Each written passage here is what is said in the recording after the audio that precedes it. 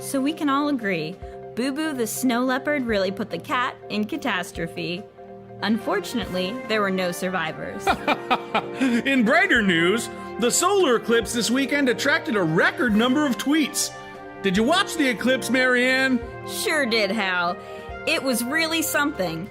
Jeff and I made those viewing boxes with the kids, had a little wine. It's great to unplug for a bit and just watch the night sky with wine. Well, you gotta make those viewing boxes. Oh, absolutely. I mean, it's a beautiful phenomenon, but you can't look at it directly. It's like the basilisk in Harry Potter.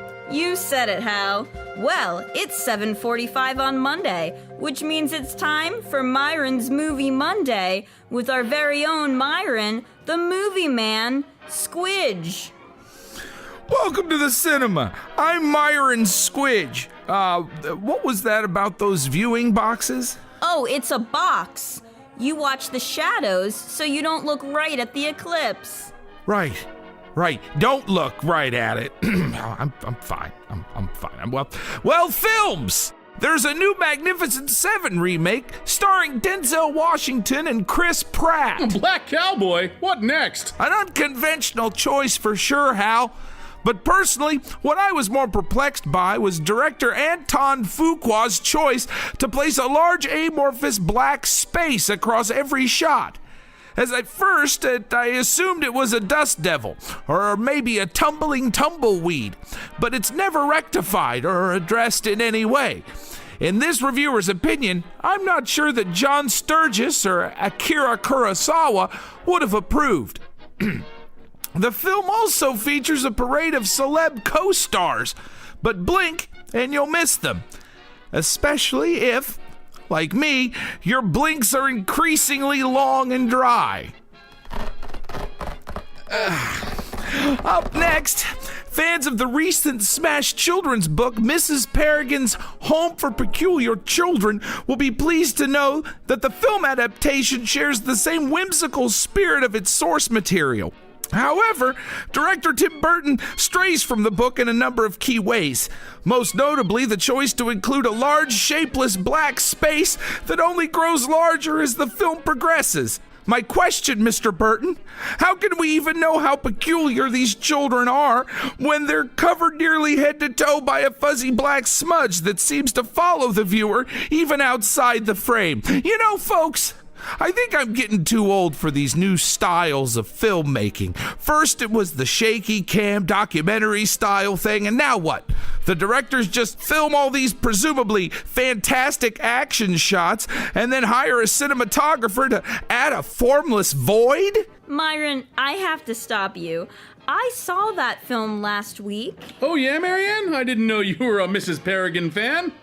Yeah, Jeff. I took the kids, had some wine, really charming little film, but I don't recall a huge black dot. It's not a dot, Marianne. It's like a cloud of black smoke. Occasionally there seem to be little sparks of color inside it, but mostly it just blocks everything and makes your eyes hurt. Maybe I'm just out of touch. I just don't get it.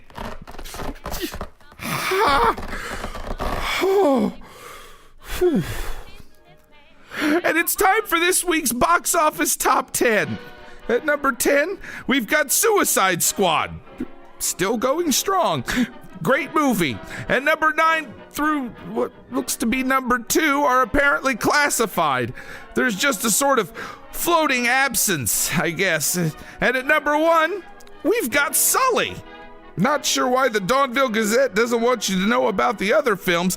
Some fiendish plot by Jared Leto's Joker, maybe.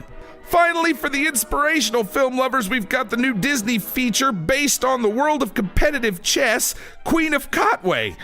You know, I had high hopes for this movie. All my friends praised it for being so inspirational. It's so inspirational, they told me. Excuse me, but since when is a growing, pulsating void smeared across the center of the screen inspirational?